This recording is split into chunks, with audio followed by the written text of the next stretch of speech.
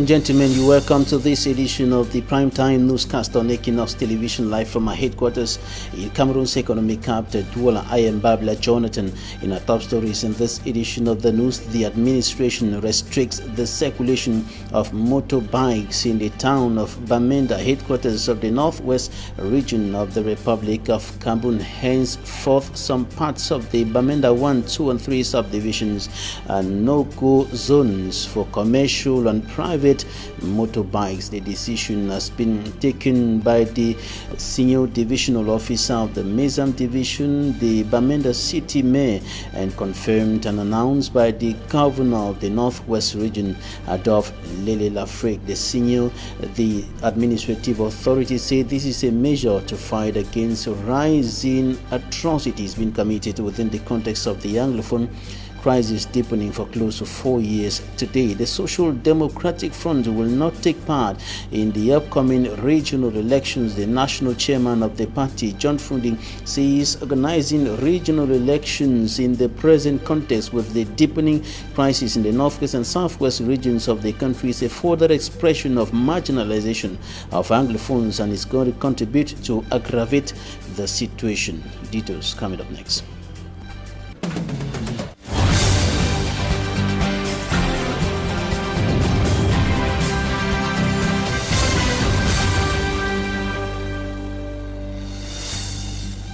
Administrative authorities in the crisis-hit northwest region of the Republic of Cameroon have imposed restrictions on the circulation of commercial and private motorbikes in some parts of the town, according to a circular signed by the city mayor of Bamenda. Some parts of the Bamenda 1, 2, and 3 subdivisions will henceforth be no-go zones for commercial and private motorbikes within the town of Bamenda, and this is part of the administrative measures to combat the rising crime wave within the context of the Anglophone crisis, killings and destruction of properties going on in the town of Bamenda and the rest of Anglophone Cameroon within the context of the 4-year-long armed conflict. And the governor announced this decision in a statement today and indicated that it was taken after a consultation between the city mayor of Bamenda and the senior divisional officer of the Mezam division. Take a listen to the governor. After the brutal assassination of a lady in the city of Bamenda, after the brutal murder of teachers, abduction and wounding of students that were going to write their exams, some terrorist groups masterminded from abroad and whose connection is already identified in the northwest region, in particular in Bamenda, have brutally assassinated a policeman on the 1st of September in Bamenda, creating a little bit of disorder in some part of the city, mainly at the level of Commercial Avenue. Or in those many terrorist acts, the instruments that were used in most of the cases is a motorbike. As a result of that, the SDO of Mezam and the city mayor of Bamenda have chaired a meeting this morning with the representative of the motorbike system in the headquarters of the Northwest region, and after that meeting they have came out with resolution to ban the circulation of motorbike in certain parts of the city of Bamenda.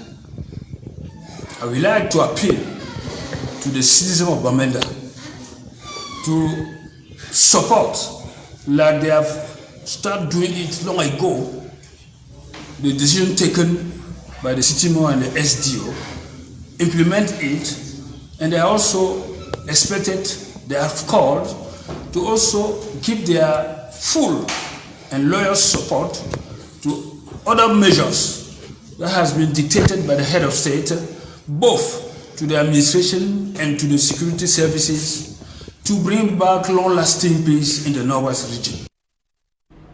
Northwest Governor Adolphe Lele-Lafrique speaking there. And now we're going to take you to some parts of the Northwest region where bad roads is the problem of bad roads is making life quite difficult for inhabitants, and some of them have taken upon themselves to rehabilitate even some major roads. For example, the National Road number 1, the section passing through the Donga Mantum division, notably the Ndu locality, is now being rehabilitated by inhabitants and with the support of the council. And also in the Mbengui, some inhabitants, notably women, are now rehabilitating some of the bad roads in that part of the Northwest region. Manjikan Gabriel has details.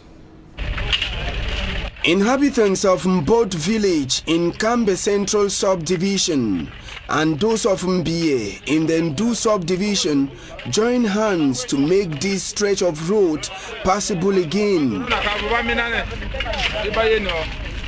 The road, which falls under the National Road number 11, has been neglected for several years now, making it inaccessible. The stretch of road, which is part of the ring road, falls under villages hit by the ongoing crisis in the southwest and northwest regions. The Ndu Nkambe stretch of road that has been cut off, now rehabilitated, falls under the initiative born by the mayor of Nkambe, who calls for unity. Even if there are crises which are born out of differences, I want to say that there's much more that puts us together. Let us make the best out of what puts us together so that we can have time to sort out what keeps us apart in terms of the crisis. I want to say that security challenges, they are there, differences, they are there, many other problems are there.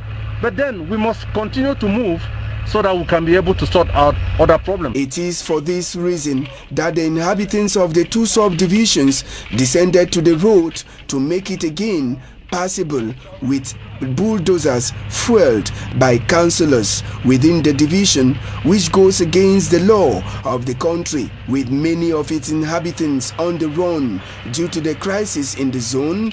The mayor of Ndu Council is calling on them to return home. People have come back to their senses and life has come back, and that is why I will be calling our citizens from this municipality in particular to come back home and continue to do their work as they used to do, because they are living out of this municipality, and I know very well that many of them they are facing a lot of hardship, so they have to come back so that we build our municipality.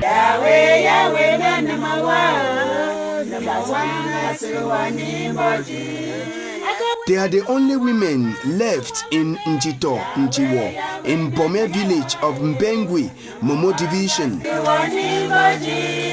Most of the bridges linking the two villages have been broken.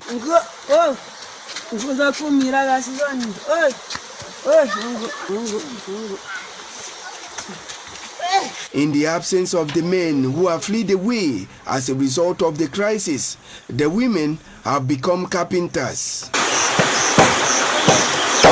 They don't run, leave we suffer. They have all run away and abandoned us. The bridge has fallen because we don't have any helper. We want to go for ourselves. Now we look and so say, we decided to do the little we can to enable us move freely. Run. Now we woman, no man picking, no man for help and no day. Now you will suffer for years, so suffer every day. The bridges now used in these two villages are the handwork of these women who have left their places in the farm to become carpenters. We are begging that the government should help us because the men are all gone. See what you have to do for help, we say move fix her. The crisis is still very far to come to an end. Women rehabilitating a dilapidated bridge in Njito in the northwest region of the Republic of Cameroon in the absence of men. The men are absent because of the deepening Anglophone crisis. In a related story, we now take you to the far north region of the Republic of Cameroon, where a member of parliament of Minister Issa Chiruma Bakari's Cameroon National Salvation Front organized a protest yesterday, protesting against what he considers as the poor attitude of council authorities in that part of the country. Honorable Salman Amadou took to the street with some supporters protesting at the arrival of the interministerial committee, an interministerial committee headed by Minister Tanganji Paul. Immaculate Fogwe has more. The population of the far north region of Cameroon are yet to recover from the devastating consequences of the heavy downpour that hit several localities on the 2nd of September 2020. Due to the floods, several houses were destroyed, roads impassable, and electrical equipment now unusable. Residents spent the whole night trying to drain away the floods from their homes, and in the morning, all household equipment like mattresses, chairs, mats, to name but these that were soaked, were carried outside. Whenever it rains, we have to carry our children and keep them in a safe area. Every year, we have to look for a motor pump in order to be able to evacuate the floods. 3 houses have been destroyed by the floods. Please, the government should help us. Je vous en supplie de regarder comment canaliser ou bien. The collapsed Pala Bridge, which was equally triggered by the heavy downpour, has now become a shadow of itself. It is for this reason that a delegation of 7 ministers was sent to the site to assess the damages caused by these floods. Interministerial meeting which was sent on the field by the head of state to come and make an evaluation of the floods and the disasters created by the floods. We are in front of the Pala Bridge, which is completely damaged. You have the Minister of Public Works, who is the minister in charge of this sector. We were in the Mizao Bridge. We have the Minister of Urban Development. So all these ministers who are here, this is the first time we are having 7 ministers in a delegation in a region. Because the head of state wants to know exactly what can we do to bring appropriate solutions to the difficulties. The Kakatari stretch of road, which was under construction but later abandoned 2 years ago, is now currently being fixed. The construction work carried out is meant to ease circulation for these 7 ministers who are in the town of Mara. An act strongly condemned by a member of parliament of the National Salvation Front Party, Salmana Amadou Ali. He immediately descended to the site, ordering that construction work be halted. I am the messenger of the population of the far north region. I came here to ask them to stop. We are tired of this drama they are acting. We are suffering in Mara. They are waiting for government officials to come here before they start filling the potholes. The last time the head of state came here, it was the same scenario. They want to show the world that there are good roads in Mara. We are tired.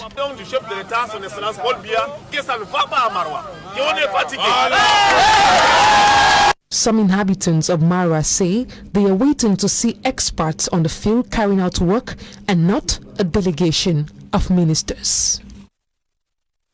Honorable Salmana Amadou Ali of the Cameroon National Salvation Front Party of Minister Issa Chiruma Bakari is strongly condemning what he considers as poor attitude of council authorities, who he says allow the population to suffer because of the problem of bad roads, the roads which are only rehabilitated according to him on the eve of the visit of government authorities, an act which he vehemently condemns. On to something else now. After the President of the Republic of Cameroon, Paul Biya, signed a decree setting the pace for the upcoming regional elections, the Social Democratic Front political party says it will not take part in that election. According to the national chairman of the Social Democratic Front, John Fundi, organizing elections in the present context with the deepening 4-year-long armed conflict in the northwest and southwest regions of the country is a further expression of marginalization of Anglophones in the country and will contribute to worsen the situation. Details in this report compiled by Innocent Aze.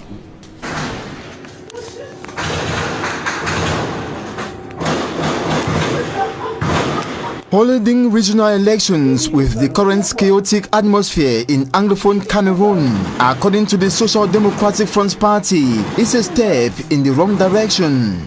In a press release signed by the national president of the SDF party, John Fundi, Cameroonians are made to understand that the Constitutional Council recognized that elections cannot be validated when they take place in an atmosphere of war, with all the polling stations of the different constituencies being grouped together in a single polling center. Also that the Constitutional Council recognized this as a serious violation of voters' rights and a clear move by the government to fraud election by marginalizing for another time the English speakers that saw 1% of them participating in the February 2020 legislative and municipal elections. To the SDF still, the regional election will further prevent the population from participating in the institutional life of Cameroon, and this is equal to planned marginalization of the population of the two English-speaking regions. In conclusion, the SDF takes its stand by declaring it will not participate in the regional elections amid the ongoing armed battle in the northwest and southwest regions, which it terms state-sponsored and government-activated, with attackers on both sides meting sufferings on the local populations.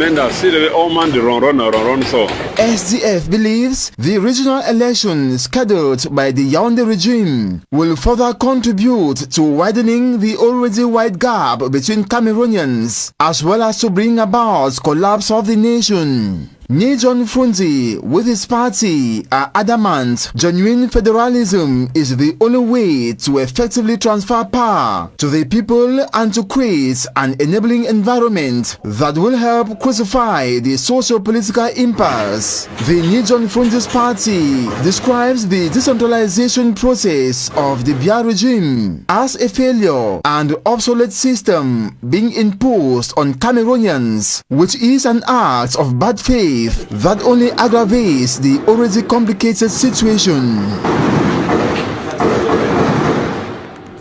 And concerning the upcoming regional elections, some Sawa chiefs have made a declaration in which they think that, or they say, all members of the regional council, as far as the littoral region is concerned, must be indigenous of the area. People should not come from elsewhere to take positions in the littoral regional councils. And this is in the same vein, some traditional rulers and indigenes of Bonasama in the Douala 4 subdivision took to the streets today protesting against what they consider as the violation of their rights and their cultures and tradition by the administration. According to them, the administration has imposed a third-class traditional ruler in the locality of Beseke, in the neighborhood of Beseke, which according to them is not right, is not correct, because the said individual is somebody from elsewhere, is not an indigene of the area. And the inhabitants marched in the streets of Bonaberi today protesting. Take a listen to one of them.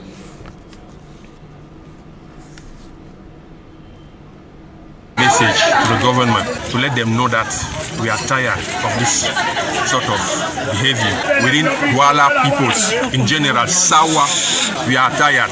Here in this village called Bonasama, the 20th of August, the divisional officer appointed someone who lives there in a sort of a quarter year around the Bonasama called Biseke. Biseke is a territory in a territory of Bonasama. He appointed a chief there, 3rd degrees, same like our own chief here. And they are also planning to cut up Bonasama in several spaces. Bonasama 1, Bonasama village, Bonasama so on, so on, so on, and so on. Many people knows here in this division that Bonasama is from the bridge, Ivory Bridge, till Mambanda. But people are doing like the one. For us, the population, we don't care about this. We don't care about this. There are something where they are preparing over there to do what they want. This problem of administrative chiefs and traditional one is occurring only in Douala. Why not the other part of the country? Can you go to Marwa, the Lamido, who is a Bamileke or something like that? Or even a Douala man? Can you go to Bafusam? You meet a notable who comes from Konsamba? That's nonsense. You don't want it anymore. We are here to send a message to the... And the Douala 4 subdivision is lagging behind as far as the execution of public investment budget or projects are concerned, and of course according to authorities, council and administrative authorities, the council has a lot to do. Very little has been done as far as this year is concerned, and they are attributing it to the COVID-19 pandemic, which they say has destabilized the activities of the council. And Douala 4 subdivision is one of the areas in the town of Douala with several problems of bad roads and social amenities that are lacking in several parts of the subdivision. And the council authorities were meeting in a session yesterday in which they were evaluating what has been done so far and strategizing on how to go forward and better implement the plans that they earmarked for the current year. Take a listen to the senior divisional officer of the Ivory division and the mayor of Douala 4 subdivision in this extract. Is trying to catch up with time, and we have come here to evaluate the past 6 months' work. That's why they call me Paku. And we are seeing that he is trying to catch up despite the COVID-19 that come and disturb our program. But Douala 4 is on the train. They are moving along to catch up with time with all the activities. So our project, we have validated so many new projects that they will be going on. By December, we'll have to catch up with all the projects that, to realize everything that concerns 2020. The budget is very low. There are so many projects that cannot be realized because of the COVID-19. So we are late. So as the DO just give us an advice to the mayor that we should try and mobilize to catch up with the budget. So the budgets are very low. We have about 11% discount as compared to last year. That was Frada Mary Ngwa, a councillor in the Douala 4 subdivision, speaking there. Now, out of the country, the president of Ivory Coast, Alassane Dramane Ouattara, meets French President French President Emmanuel Macron today in Paris, and both personalities were discussing issues concerning the political and, of course, the socio-economic life of the Ivorian president's country.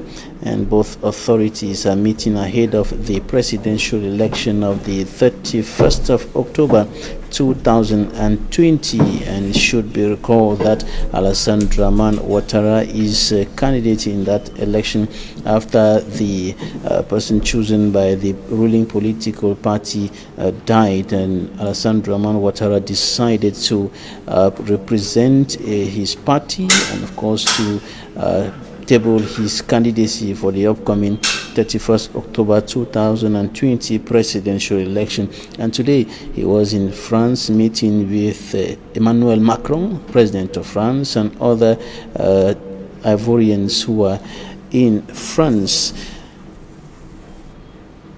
Talking Point is up next. The mayor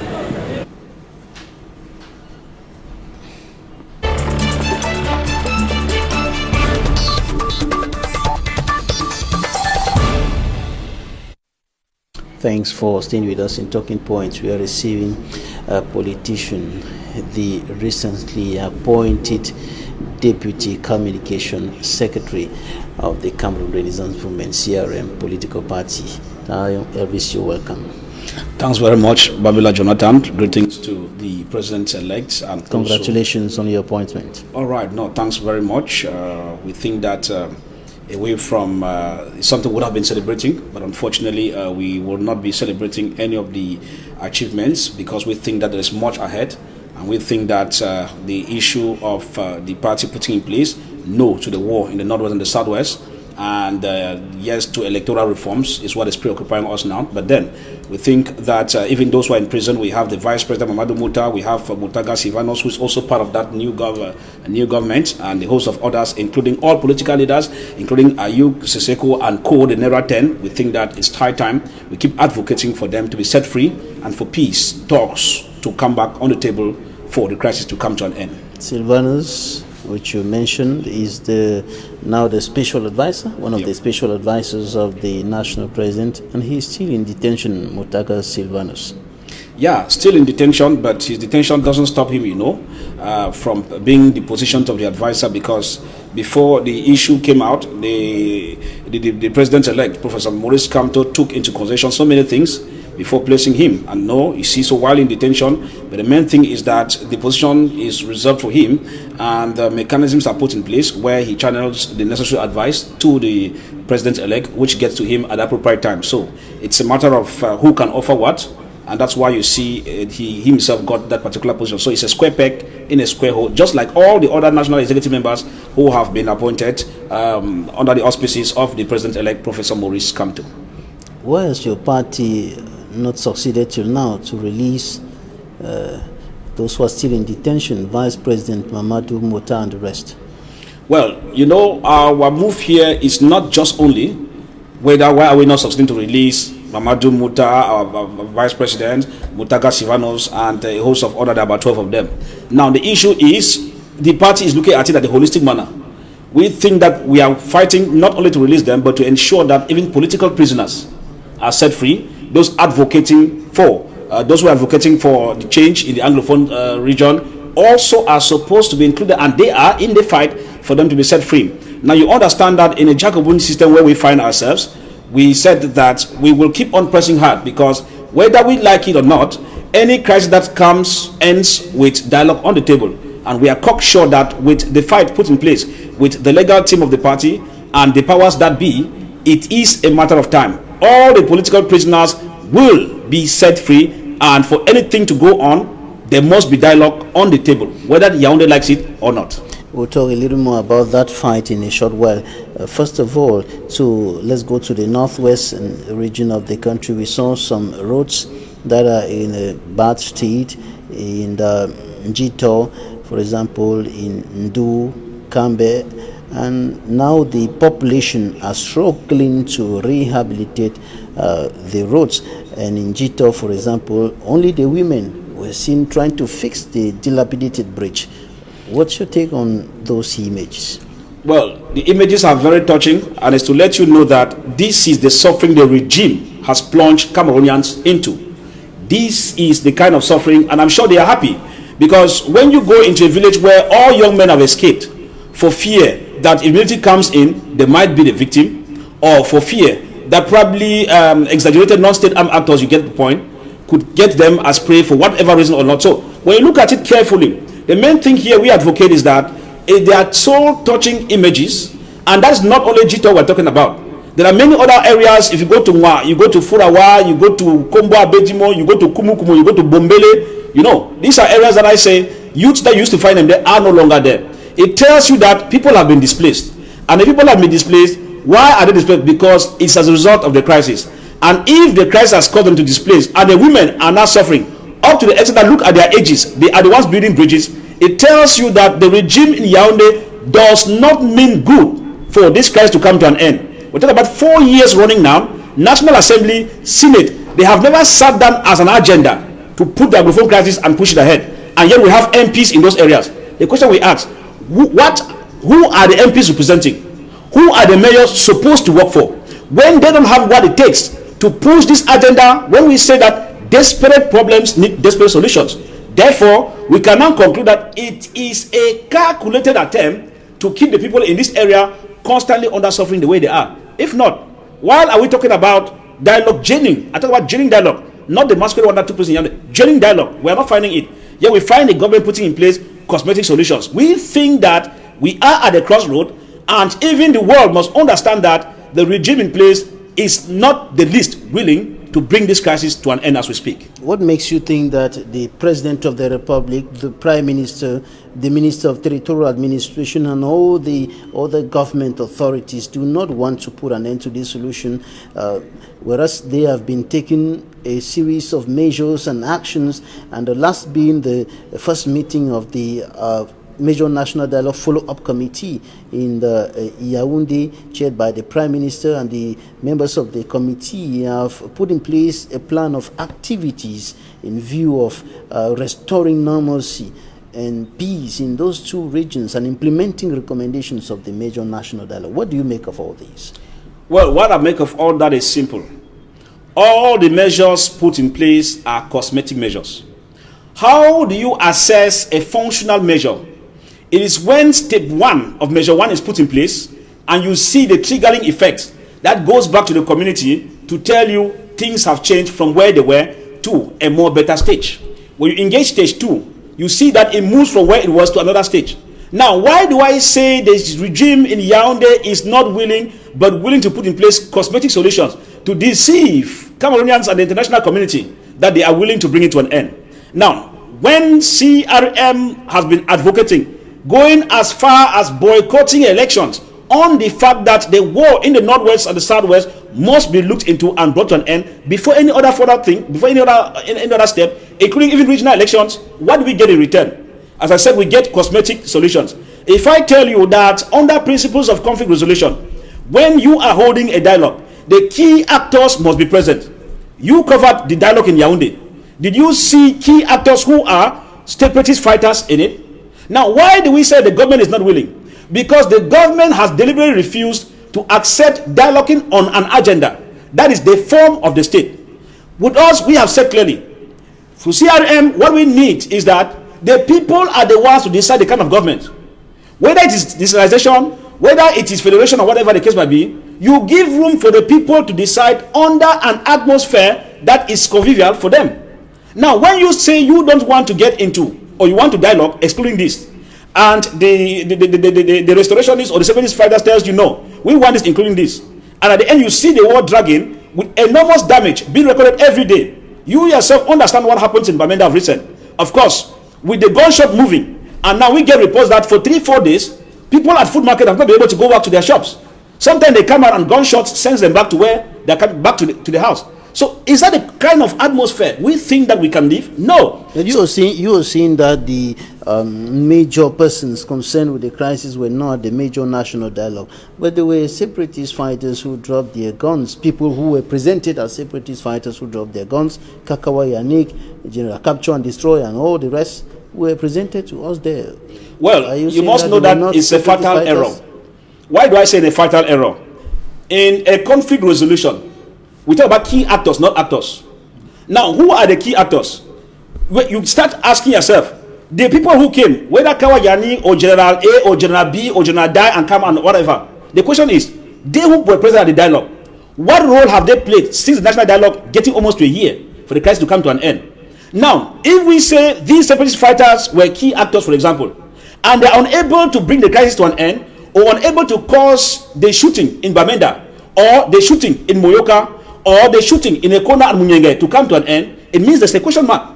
It means they don't wield the forces on the ground as the presumed to the state that they can do.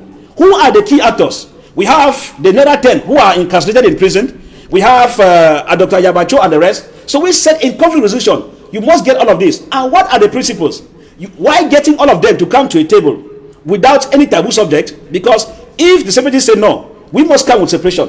The state says no, we will discuss nothing except, we'll discuss everything except the form of the state. So what are we saying?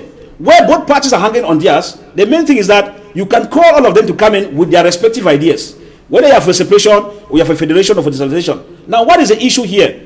In conflict, you also realize that the arena was not also very convenient. Under conflict resolution, when you are holding a situation on the ground to resolve a problem, both of you must agree on a venue accepted by both parties. Your security, if you are coming as members and key actors, must be guaranteed.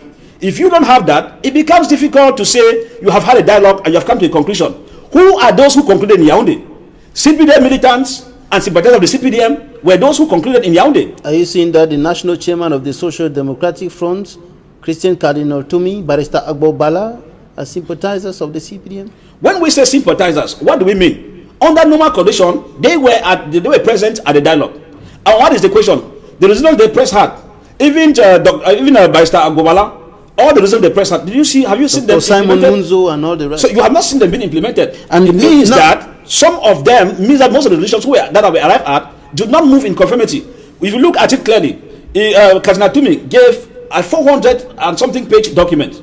Have you seen it being implemented on the ground? So we start asking the question that if we're talking about key actors in that particular dialogue, the first thing before we talk about whether it's Barrister Agobala that has been also very on board the issue, and Kazina Tumi, we're talking first about the key actors.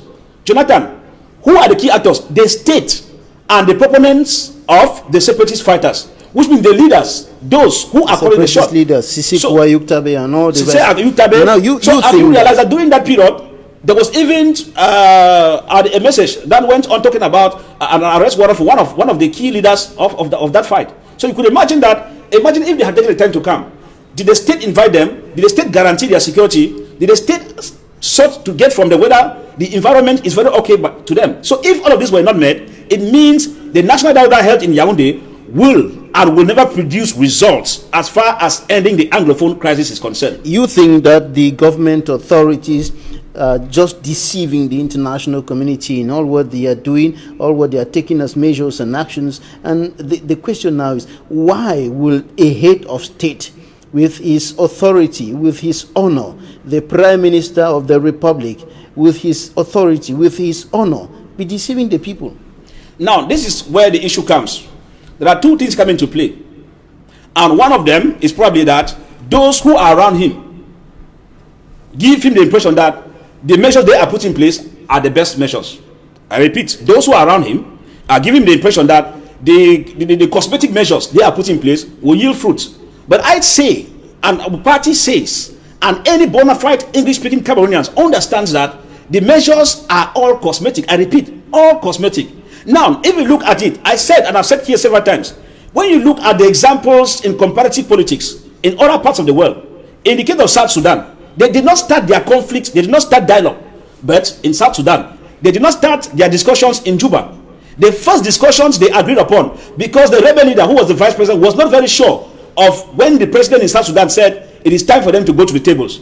And so, both of them agreed. And the first meeting was in DRC. When they met and realized that the issue was becoming serious, and the president in South Sudan was serious, that's when they had several meetings out, and then took now this fourth and the fifth meeting back to Juba, when they were very sure.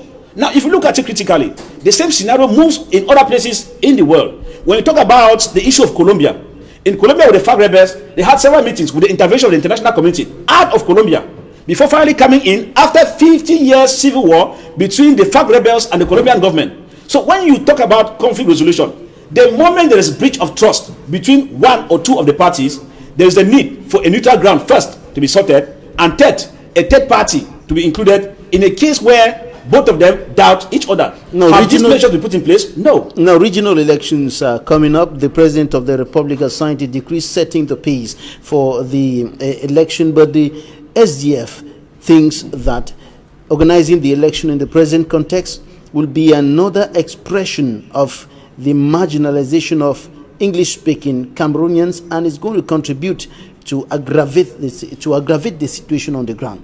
What do you think about that? Well, you understand, I would not be too very okay to talk about SDF, because the SDF official should be able to no, the idea now, of on the idea of what SDF has put in place. I will tell you the idea is a good one, but the question mark is, with the constant Bafia dance engaged by the party, are we sure at the nick of time the same party will not come back in the nick of time on the eve of the regional election to say no, we are going in for? On the other hand, I've been able to analyze their move. What did I get from it? In the first place, when we were advocating that they should be able to back up from the municipal and legislative, because we saw these things coming afar, and they said no, they will not go. And I attended most of the press conferences, and at the nick of time, they said they are going. Now what happens? They have lost several councils. One of the reasons will surely be that they have been able to understand that with the councillors that they don't have on the ground, it means that the elections will obviously not favor them. Those are one of the reasons I am advocating as a probability. But on the other hand, SDF had been on the center advocating that the crisis should come to an end. But our problem is at the level of consistency. If SDF, just like any other bona fide party opposing the ruling party, had taken a step as CRM took, we are sure that the government would have known that we mean business, as we see other political parties now coming to agree that the issue of the regional election that has been put in place by the CRM as a no-go election, they are beginning to see it, that it's something we need to consider if we want peace and equity to reign within the Cameroonian context. The national chairman of the Social Democratic Front, Nijon Funde, says that to answer to this question, I put to him in one of the editions of The Inside, and he said when a player takes or gets the ball on his feet, he does not run directly to the opposite camp and then scores the goal. He goes in front, comes behind, and then tries to monitor the game in order to be able to move forward. You know, I don't want to believe on that analysis, because those are justifications of failure. As I said, in politics, you need to be consistent. Your yes should be your yes, and your no should be your no. Is it proper to organize elections in this context? No. Under normal condition, the question should have been, will it be credible to run an election? Because if you talk about is it proper or not, the regime can run its election whether credible or not, because they have been used to that system. Now, when you see them not wanting to work on electoral reforms, you see them not wanting to bring the crisis to the north and the southwest to an end, because they understand these things will work to their favor. And of course, you understand, in my area in Momo Division, I spoke with, for example, our late Vice Ambandam, and we said these issues will not favor. If you look at what transpired in Batibo, most of the things work in favor, because even the military as the law states during elections at that particular time, municipal